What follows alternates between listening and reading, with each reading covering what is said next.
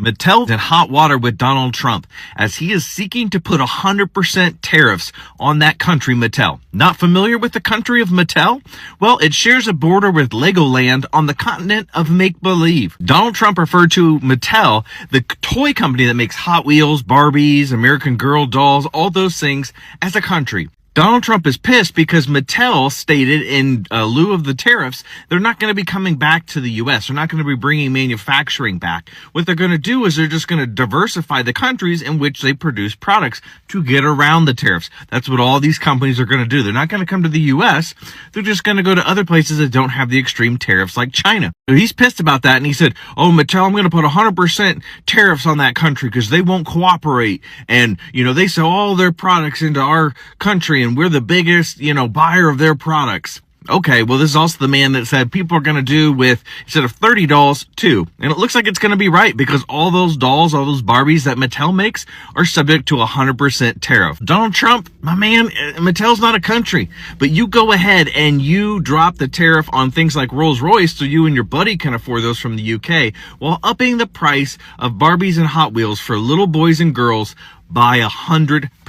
If you're interested in getting your toys direct from the factory, get your passport and take a trip to the country of Mattel. Donald Trump's new trade deal with England goes to show that if you respect the United States and if you respect Donald Trump, good things will happen. Wait, hear me out. This is the new level of cope we are hearing from Trump supporters, but the reality is Trump has already destroyed our economy in so many ways, and we haven't even felt the worst of his tariffs yet, meaning the real inflation is yet to come, and people are going to lose their jobs. The chairman of the Federal Reserve has made that pretty clear. Trump is completely over-exaggerating his big trade deal with England, even though Trump's deal means nothing. His tariffs started at 10% tax on American consumers, and they ended at 10%. All his tariffs have done is cause supply chain disruptions and sow distrust in our relations with allies. And now 10% tariffs remain in place, still costing American families. Not to mention, we still have astronomical tariffs imposed on China. Which country do you think we do more business with, China or England? Trump has already ruined the economy for years and years to come because prices are going up no matter what Trump does at this point. All right, listen. Donald Trump has recently become aware of the existence of the nation of Mattel. And in this revelation, he's very upset. He's very upset because it wasn't given to him at the beginning so he could put tariffs on everybody, kind of like he did with the penguins, right? So I have come across the list of tariffs that he is going to come down hard on this nation in order to make sure he can make America stupid again. Okay, first and foremost, Uno, the card game. He's putting an 87% tariff on that. He says he's never won and he doesn't want it in his country. Okay. Number 2, Hot Wheels. 427% tariff on Hot Wheels. Why? Number 1, the kids need to get used to paying exorbitant costs for their cars because that's just the way it's going to be in the future. And he'd also like to add that they don't need 30 of them. They only need 2 Hot Wheels to have a good time. Number 3, Fisher Price. He was really upset about this one. It almost fell through the cracks. 317% tariff on all Fisher Price toys. Why? Because he says he's currently trying to eradicate the plague of education in all of its forms. He-Man. This is interesting. He-Man, he's banning it outright because Donald Trump says he already has the power of Grayskull. All right. Little people, those little individual people that are about inspiration. 132% tariff on all little people. He abhors inspiration. He wants to create a culture of despair and desperation. So he wants to keep those guys out. Jurassic World toys, 317%. Why? Because obviously dinosaurs to him never existed. And finally, and here's the big one, Barbie. 617% tariff on all Barbie dolls. There's going to be a flat-out ban on Barbies that are doctors, vets, astronauts, anything outside of the homemaking community. All of those ones will be greatly tariffed. He's also subjecting the Barbie movie to all of these tariffs as well, but mostly that's just because Margot Robbie wouldn't go on a date with him. Make America insane again. Mark my words. Trump is lining up a scapegoat for all of the backlash that's going to come because of these tariffs. 80% tariff on China seems right, up to Scott B. And Scott B is Scott Bessent, the Treasury Secretary. Trump is about to pin this whole tariff debacle on Scott Bessent. He is the sacrificial lamb. He's laying the groundwork now. China called Trump out on his bullshit, and he is now realizing what the actual ramifications of that are going to be. And now they're scrambling to backtrack, to backpedal, to de-escalate. They know that the ships are not coming in from China. They know that. They know what that's going to result in. They have a very small window of time to potentially reverse some of this and get those ships out to the US. And that window is closing. Even if the tariffs were reversed like right this second, we still potentially will see and feel an impact of that. I mean, we're already feeling the increases in prices, but we could see issues as far as scarcity goes. Because remember, all of this is on a delay. But the one thing that we can count on 100% of the time is Donald Trump not taking accountability for his own actions. So he's gonna find somebody to blame. That somebody is Scott Bessent. Mark my words. One of the things that I think we all need to like keep in mind is that shit's not gonna go back to normal after he's done with whatever the fuck he's doing in the Oval Office. Like when he leaves, like even if we get a Democratic president in 2028 or whatever, like this level of insanity, like it won't be Trump at the head, but like it'll be around. This is like the new. This is the new norm. There is no going back to normal. You either completely change the way everything like as a progressive, if you're a progressive, the Democrats have a responsibility to either completely dismantle themselves, which they probably won't do without some help, or completely change the way that they operate as political operators and what their policies are. There is like this abundance movement where they're trying to become like the new brand, New Democrats, basically.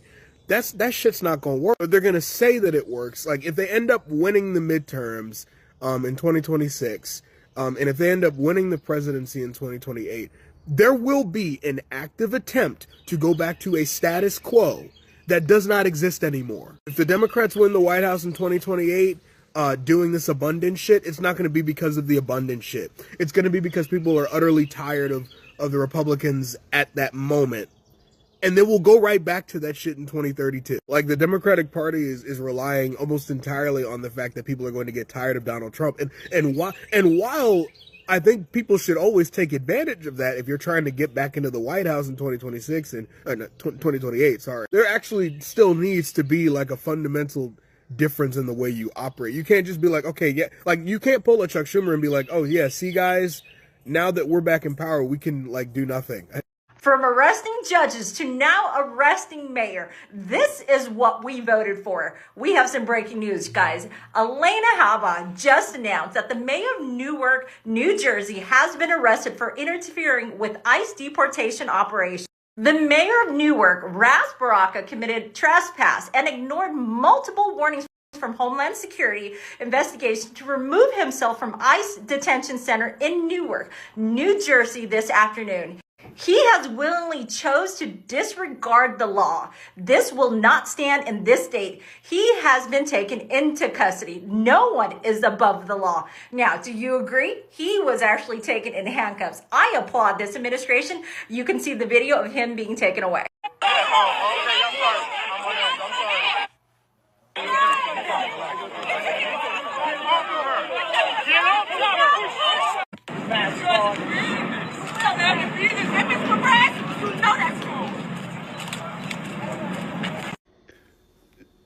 So on Liberation Day, when Donald Trump announced his global tariffs, he said it was because all of the other countries of the world have been ripping off the United States for decades. We had massive trade deficits with all of these other countries. They've been ripping us off. They buy less from us than we buy from them.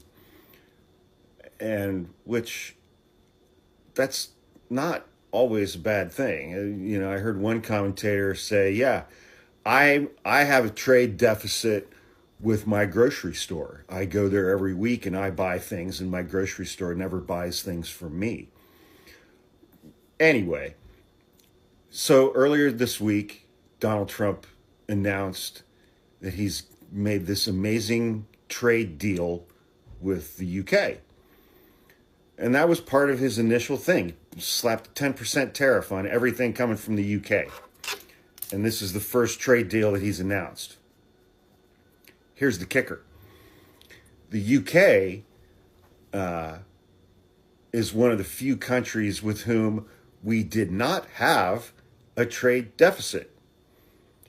Before Donald Trump's tariffs, we had a trade surplus with the UK of about $12 billion a year, which meant that they bought $12 billion a year worth of stuff from us than we bought from them.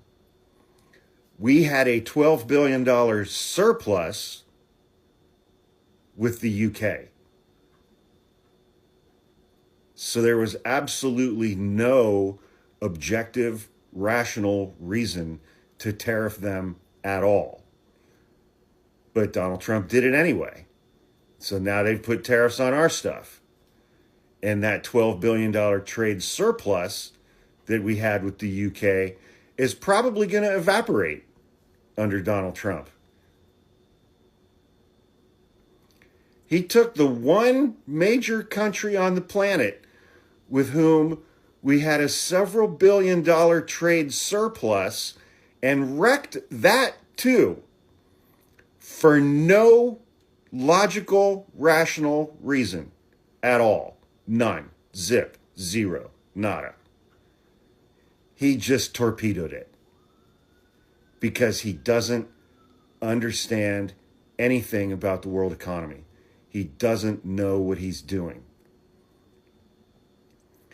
He just knows that, before the Civil War, when America was great, when we were slaughtering tens of millions of Native Americans and stealing their land and forcing Africans into chattel slavery, and when women couldn't participate in the political process at all or have jobs or bank accounts, everything ran on tariffs because we didn't have a national income tax.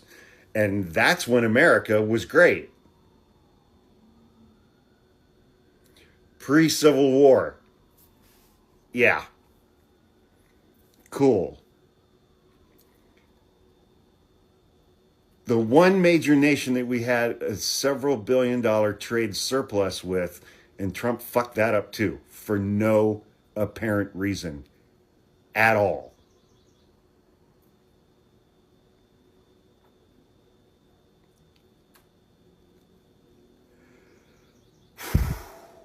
Anyway, it's about 6:30 p.m.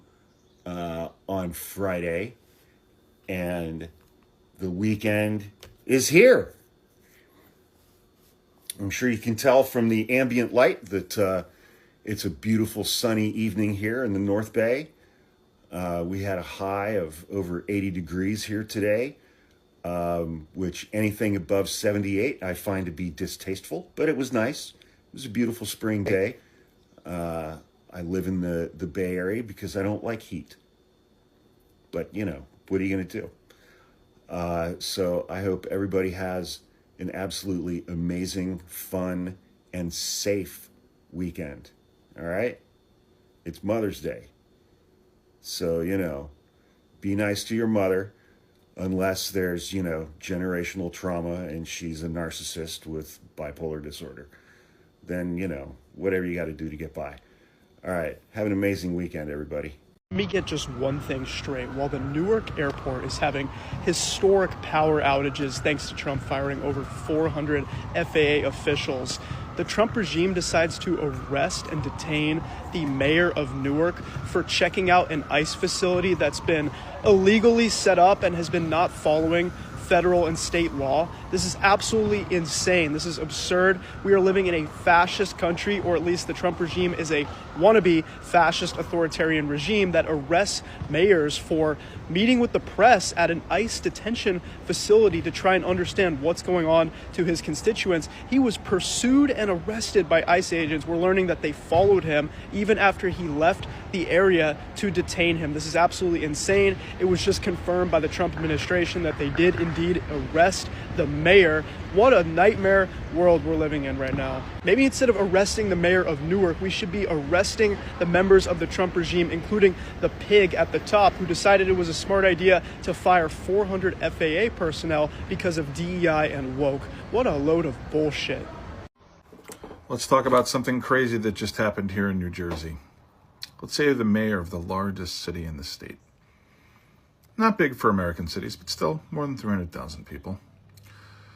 ICE decides to build a facility, or a contractor builds a facility within the borders of your city. You're already investigating them for safety and construction violations. So much so that there's a lawsuit. And then you show up with other lawmakers, congresspeople, who are looking to do an oversight inspection. The gates open. You walk in. You could say you rush in, but the gates open and a van full of detainees goes in. You follow it. Do you expect to get arrested? Well, that's just what happened to Mayor Ras Baraka of Newark, New Jersey. He's also a candidate for governor. He's a gentleman I know personally. He's a stand-up guy. I have a connection to the Baraka family.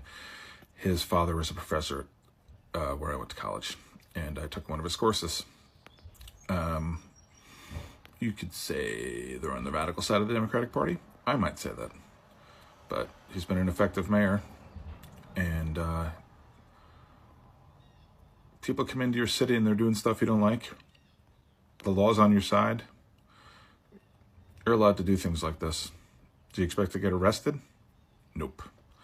Do you expect federal agents to arrest you inside your own city when their facility is violating your city's laws? Nope. But that's what we're seeing. That's what has happened today. Will there be more details? Sure. Will there be some sort of charges? Perhaps. Will they just release them? Well, let's hope so. But this is a confrontation we thought we would see when we found out that Alina Habba, also known as the parking lot lawyer, was appointed as U.S. Attorney for New Jersey. Maybe these guys picked this fight, and maybe we're going to find out how capable of a lawyer Alina Habba is. It all remains to be seen. But man, oh man, what a crazy time to be alive. Keep the faith, keep resisting. We're going to get through this. Everyone, Rebecca would like us to know something. Rebecca is a Maga voter, okay? So listen carefully to what Rebecca has to say. Bex, what you got for us? Trump is dismantling and destroying the things that made America great. That was not what I was expecting. Do carry on. Our founding fathers created America to be a constitutional republic. That is specifically what elevated America's glory above all other countries and gave a unified pride to its citizens. Yes, that is identically what gave pride to its citizens, but elevated it above other countries, we're going to have to talk about that one. Okay, I think the other countries might take a little bit of issue with that. I can't support anything that Trump has done or is doing because now I understand that his agenda is self-serving. Becky! Now? Babe, what took you so long? I'm sorry. How did you not see the first 8 years we've had with this motherfucker and see that that was the case? How did you not get it? What were you ignoring? Yeah, what were you paying attention to that wasn't what everyone else saw? Okay, no, we're giving Becky a pass for right now. Guys, give Becky a pass for just a minute. The government he wants is not for the good of every person in America. I'm very concerned because he's trying hard to change the laws. He's actively working on removing the checks and balances that are in our Constitution in order to gain complete power. I am also concerned about his cruel treatment of others. Really, Becky? all of a sudden you are? You didn't see it before? You didn't see it when he denied black families housing and got sued by the federal government? You didn't see it when he sexually assaulted his ex-wife? You didn't see it when he sexually assaulted some other folks that sued him over it? You didn't see the fraud cases or the fact that he took documents home. You didn't see all that. What were you looking at, babe? Becky? Rebecca? Listen, Rebecca is an ancient name. It's a Hebrew name, in fact. It means to tie things together, to knit them up, to sew it up, to stitch it together. Becky, I'm going to need you to live up to your name for me, okay? Trump wants to be a great global leader, but he lacks the true strength to be a great leader. Agreed, Becky. He's arrogant and has no compassion for people. Agreed again, Becky. He refuses to take responsibility for things he has done wrong. Absolutely. Bex, we're on the same fucking page. Instead, he casts the blame on someone else. Absolutely, Becky. So here's what I'm going to need you to tell me. Why did you not see that before? Whatever it was that kept you from seeing it, I'm going to need you to tell us, Becky. Why? Because we need to know what the fuck that thing is so we can destroy it in the rest of you fucks. Just asking for friends, you know how it is. I voted for him, she says, but I'm very worried now. Trump is ruining our economy. He's too irrational and radical in his actions for anyone with a brain to ignore. Becky, we agree. But what I'm getting at here is, what took you so long and why did you choose to ignore all the red flags we saw? What was it, babes, that made you ignore it? Well, we're going to get there. We are going to get there. Listen. It is him and him alone who is crashing our economy. Thank you, Becky. Rebecca King from Eustis, Texas. Oh, there it is. Someone with a name like Rebecca King from Eustis, Texas. Texas, babe, Texas. Texas is a red state. What do we know about people from Texas? They don't like brown folks. That's the overwhelming thing I've gotten out of Texas. They want to be known for other things, like, you know, everything's bigger in Texas, right? Then they need to put that out there. And the two things I know about Texas are everything's bigger there and they're racist, okay? You don't want to be known that way. Don't act that way. Rebecca King, why did you ignore the red flags, babe? I'm going to need you to sit with that. Because I'm going to go out on a limb here and suggest that maybe it's because you thought he'd only hurt brown people. Okay. All right. I'm going to go. You have a day, Becca. So the Trump administration is considering suspending the writ of habeas corpus. That means they can arrest you and there is nothing you can do. No court, no challenge, no nothing. You basically have zero rights. They can take you and there's no recourse. And understand something, they can do this to anybody. Any single person. Yeah. They'll say it's for immigrants. It's not. It's not. You know, and they say they got to do this because all the judges are wrong and they can do what they want. And you know, so they're trying to go around the judicial branch. But understand something, any person in this country, if that happens, is subject to arrest and zero rights. And it don't matter if you're a citizen. It don't matter what color you are. It don't matter if you're a Republican. It don't matter if you're a Democrat. Nothing matters. You are a nothing once that happens. Now tell me that's what you voted for. Now tell me that's what you voted for. Let's see how far you will go in your support of your king or whatever you think Donald Trump is. Oh, but I trust the president. Really? You trust the president? What's happened to anyone who's ever trusted Donald Trump? Seriously. Think of the amount of people that this will silence. Think of the media people it will silence. Think of the people on social media it will silence. People who are afraid to go to jail for speaking. Do you really think this is about immigration? And every time this administration pushes these boundaries and these limits, people say, oh, you guys are just overreacting. When he doesn't comply with court rulings or even the Supreme Court. Oh, you guys are just overreacting. It'll be fine. It'll be fine. I'm curious to know what would not be fine with you people. I'm curious to know at what point you say, okay, maybe that's not a thing we should do. I know with a lot of you people, we'll never get to that point because I've seen people on here saying we just need to get rid of Congress altogether and just let Donald Trump make all the decisions. Yeah, that's become a fairly common talking point among Republicans. Just get rid of Congress altogether. You don't need those people. Diving headfirst into authoritarianism and dictatorship. Wanting to be ruled. Can't make it on your own, I guess, can you? Yeah. Well, I guess we'll see what happens.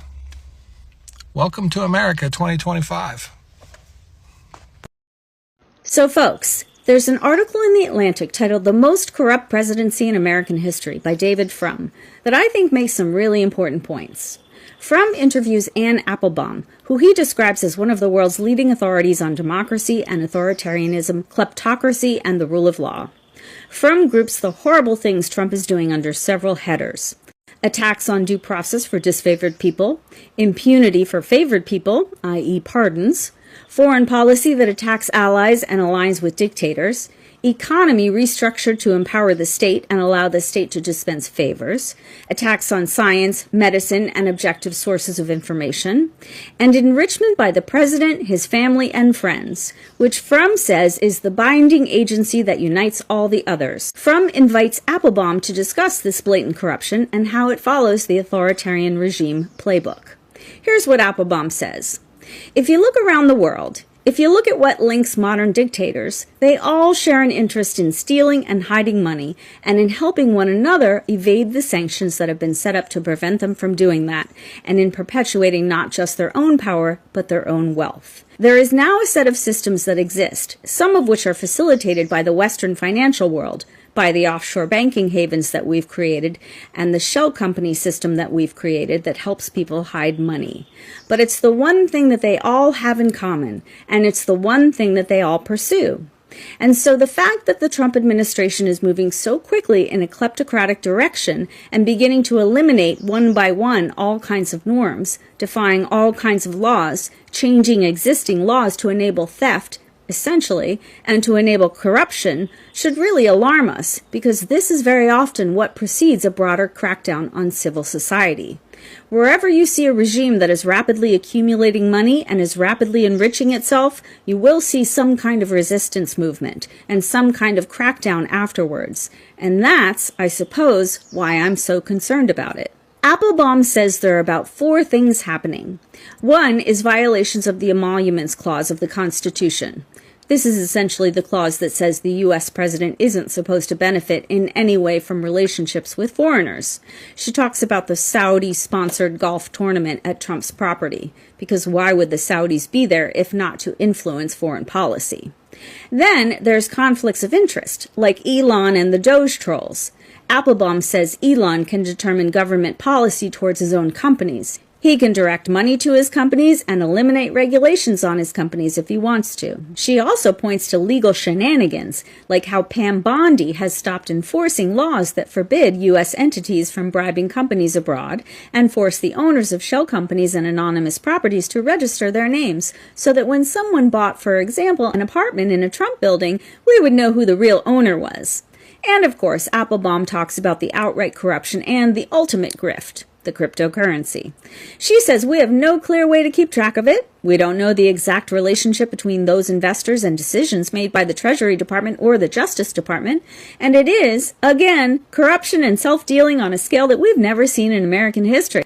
She also reminds us that, presumably, the body that would be responsible for enforcing corruption laws against the president is the Department of Justice. And the Department of Justice in this administration is fully controlled by the president. Good times. What I found most interesting in this exchange is that it really answers the question as to why Trump needs to tear everything down. Frum says there are actually statutes on the books that say you're not supposed to do this, and there are broken, but still present parts of the bureaucracy that are theoretically supposed to enforce these laws against you. So you need, for self-preservation, one by one to shut them down. And that is the linking point between Donald Trump's repressive agenda and his corruption agenda. The corruption agenda is possibly legally dangerous, unless you break, also, all the rest of the state. And Anne, of course, agrees. She says he's going to have to break a lot of institutions. He's seeking to break the Department of Justice right now. He will have to break the FBI. He may eventually have to break the federal judicial bench. He will have to either defy all those people or find some way of getting around them, or find some way of intimidating them if he's going to continue. Plus, anybody whose job is transparency, including journalists, investigative groups, those transparency bodies, those legal bodies, all of them will have to be somehow pushed out of the way if this accumulation of funds is to continue. And that's all it boils down to, folks. Trump wants money. And once he and all the schneedles around him have broken all kinds of laws to get it, they're going to have to keep breaking them to keep it. Well, Trump and company, I hope you have the day you deserve. Yeah.